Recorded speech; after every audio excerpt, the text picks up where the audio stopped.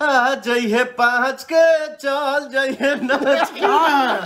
क्या बात है। अभी तो एक से गाना भी आ रहा है भैया का, आने वाला गाना सब भी धमाका है भाई। आप लोगों को थोड़ा टाइम लगेगा सुनने में, लेकिन हम लोग इनके मोबाइल पर रिक्वेस्ट करके सुन लेते हैं। हाँ सुन लेते हैं। तो बेजोल ज्यादा गीत आ रहा है, किस चैनल से आ रहा है भैया जानते हैं, लेकिन गजब global music junction. Global music junction से आ रहा है, जबरदस्त ज्यादा गीत है, जबरदस्त। तो हो जाइए तैयार, आप लोग के बीच में आने जा रहा है पावर स्टार पवन सिंह का जाड़ा स्पेशल सॉन्ग, जिस गाने को global music junction Bhojpuri official YouTube channel पर रिलीज किया जाएगा। और यहाँ आपको मैं बता दूं कि गाने की शूटिंग और रिकॉर्डिंग पूर्ण रूप से कंप्लीट हो चुकी है।